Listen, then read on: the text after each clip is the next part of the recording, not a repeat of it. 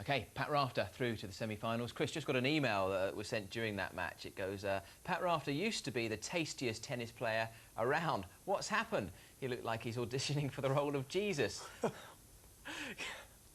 Get rid of the beard, Pat. Yuck. This is from Marie in Solihull. But she says, fortunately, Chris Bradman's presence makes up for this loss. I'm sure he'd be delighted with that. But just getting on to the match that we're going to go to now, Seles Capriati, the quarter-final. We've had a few emails about this. One saying, I don't agree with our chat last night that Monica Seles will be the clear-cut winner of this match. As you said, both were teen stars, but it was Capriati who was seated inside the top 10 at the youngest age ever. This taken into account, Seles has never been able to reach the ranking she was accredited on her return to the game after her stabbing incident, while her opponent has climbed progressively up the world rankings. Both have been out for different reasons for a long time. I don't know if you were saying that Seles was going to be the clear-cut winner, though, last night, were you? I said that Jennifer Capriati hasn't beaten her for 5 years, and if my money had to go anywhere, it would be on Seles. I understand the point, though. I mean, Capriati has done well to fight back and come through, but, hey, Monica Seles missed the first 5 months of last year and came back, and in 12 out of 15 tournaments made semi-finals or better. I mean, you don't work your way back into form any better than that. And she was brilliant in the Chase Championships at the end of the year. And finally, Lawrence Tate writes and says, as a huge fan of Monica Seles, I'm very disappointed in her performance at the Grand Slam. She looks out of place and not comfortable. Having watched her in the Chase, what we were just talking about, where she gave the performances of her career, Monica looks a different player in Australia entirely. But best wishes to her and good luck to her against Capriati, which is the match that was coming up, and he makes a little bit of a prediction. Monica must win in straight sets or Capriati will win in 3. How do you see this one going?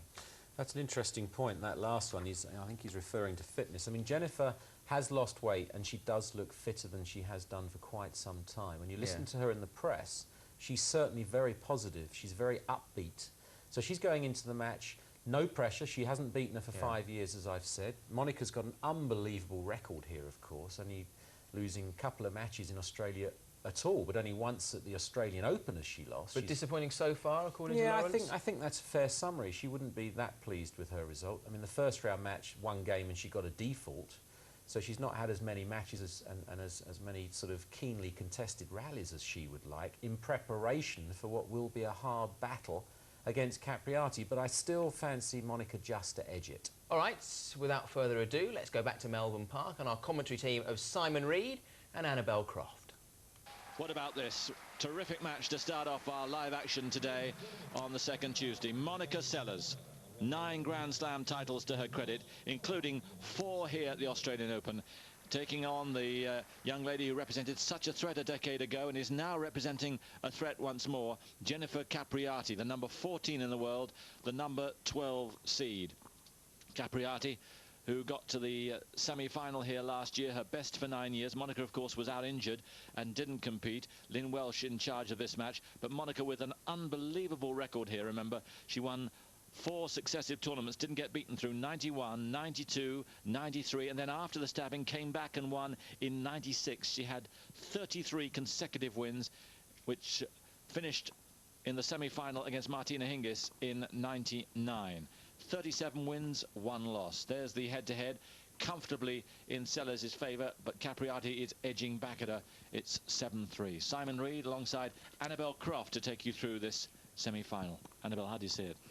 Oh, this is such a tough one to call, Simon. My feeling is that Monica Seles has the better record by far in Grand Slam events, and yet we have not seen her at her best here this week. She struggled all the way through her early rounds until that amazing turnaround and comeback against Justine Henin, where really she should have been out of the tournament, but she did what champions do and she turned that match around, and I think we started to see glimpses of what Monica Seles is all about. And she's up against a player who herself had a very tough first round, came through at 7-5 in the final set against Nagyova, and then has really taken off. I mean, she's been not on court for very long. Love and two, and then against Marta Marrero 7-5, 6-1. So Capriati is in very good form. So it's a tough one to call, Simon. Okay, I'm going with Seles, rather like you, because I think that she's beginning to find herself. She's really struggled. You were mentioning the Henin match. She was a set down, 4-3 down in the second set, a breakdown, came back, took the second set. Same thing in the third set. Henin 4-3 up. She did wobble a bit, but Seles was as good as ever at that situation. She is the best competitor, I think, in the history of tennis, male or female, and she has come back from the dead twice in that match. Yes, for me, maybe not the best player of all time, but the best competitor, and her record speaks for itself. There's Jennifer Capriati's run through. It's been a pretty good draw, but as you say, she's played better and better, but she couldn't have wished for a better path through to this quarter-final. The draw's been very kind to her indeed, but suddenly it's a quantum leap now to meet Sellers here. It is, and if you look at their records, it's 7-3 in head-to-heads, but in Grand Slam events, Monica Seles has beaten her 5 times. I mean, the most epic match that they've ever played would have been that match at the US Open in the semi-finals back in 1991, which Seles eventually came through 7-6 in the final set, and it goes down in the history books as one of the best female matches at the US Open. So there's a lot of memories about that match, but since then they've met a few times more. In fact, last year at the US Open they met again, and the year before that, and Seles came through both of those in straight sets. So something tells me that mentally Seles has a bit of an edge over her. But I would think that tactically out there, I don't think that Monica's been moving that well this week, Simon. She's been struggling a bit on fitness, and Capriati hits the ball so well off the ground. She will be trying to exploit that, move Monica around at the back of the court. But basically this match will be about big hitting, lots of baseline rallies, and a lot of power out there. Monica Seles aiming to get back in the big time. She's not been in the big time for a couple of years. When she came back from the stabbing, she immediately won the Australian Open in '96 and got to the final of the US Open the previous year. Since then, it's been a bit of a drought. In fact, the last time she reached a semi-final of a Grand Slam, which is what she's bidding for here, was Roland Garros in '99. Since then, she's been there abouts, but not really there. Quarterfinals last year at Roland Garros, at Wimbledon and the US Open, and didn't come here. Yes, I feel that she's a real crowd favourite now. I think everybody's behind her, everybody's willing her on. She's a sentimental favourite. She is such a lovely person, and we're all willing her on. But something tells me that she just quite hasn't got that grittiness that she had when she was #1 in the world for, what, 178 weeks on and off between 91 and 96. And I agree with you, Simon. I think she was the best competitor out there. She was phenomenal, scarily good. Did you play her? No, I never did. No, she wasn't on the tour when I left the tour. I left in 87 towards, well, very beginning of 88. And she was just coming out onto the tour the following year. Here we go then, the first quarter-final. Monica Seles, the #4 seed. The 4-time champion here against Jennifer Capriati.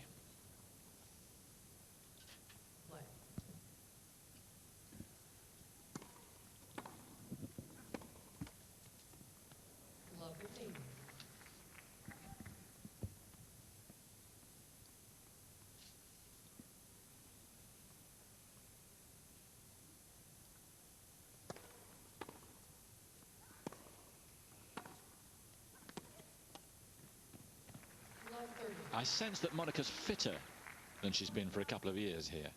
Her weight and her fitness has wavered up and down, sometimes quite alarmingly. I sense she's pretty fit here. Don't think she's playing that well.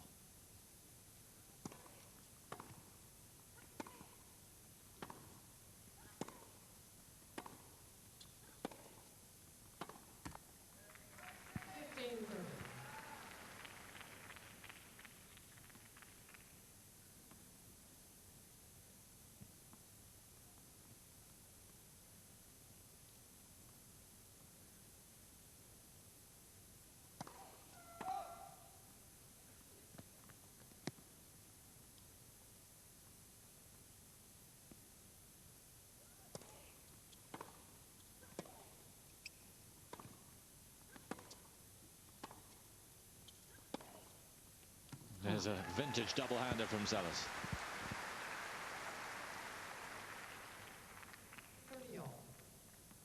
Well, this is just a sensational shot from Seles. Look at the way she generates the pace and whips that racket head through the ball. Terrific shot.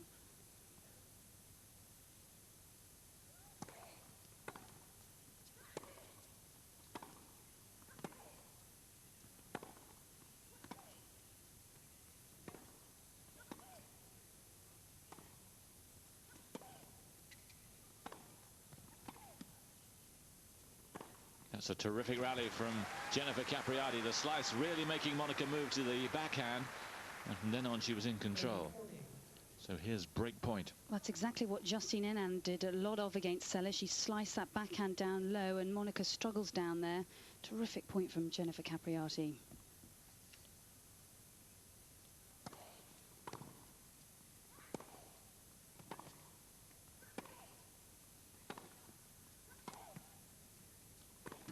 Oh, what a miss. And that may well turn out to be an important one. Set the point up beautifully.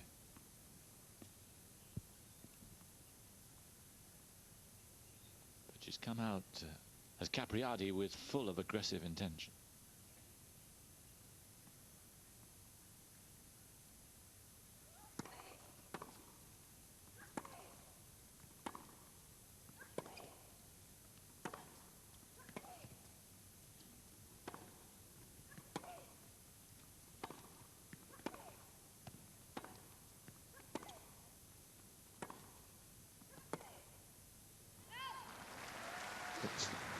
The young American who's making the play at the moment.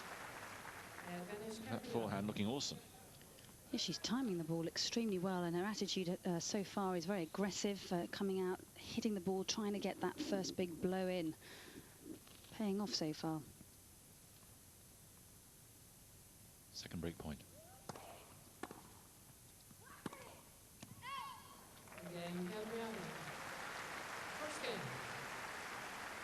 So that really is a sensational start from Capriati. Monica at full speed trying to stave her off, and in the end not able to do so. Well, also interesting to see, Simon, the way Capriati is looking to move up the court. I haven't seen her do that much. She's capable of it, but she likes to hang back. She's more comfortable on the baseline, but she's doing a little bit of what the Venus Williams does, is moving in and playing that drive volley.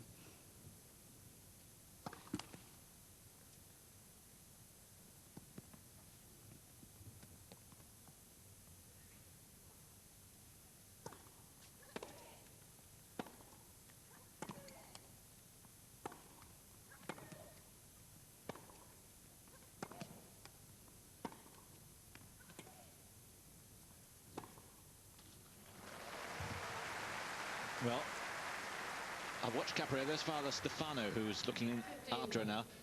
The danger with Capriati is these streaks last maybe 20-30 minutes, but she's not able to see them through. But it is wonderful to see her start like this.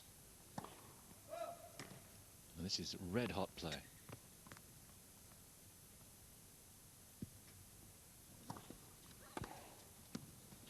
And there's the reply from the four-time former champion.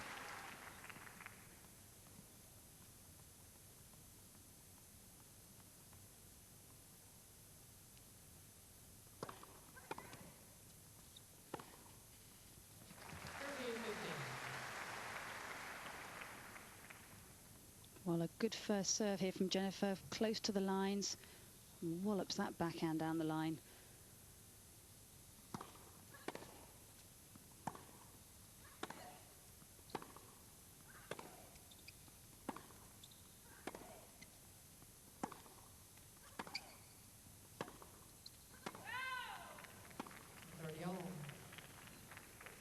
When she gets on a roll, she's like an express train. Once she gets derailed, then life's a lot more difficult. Whoa, just losing control of that racket head on that short ball. Bit of a miss hit that from Monica. A little bit lucky to get away with that one. There's her mum.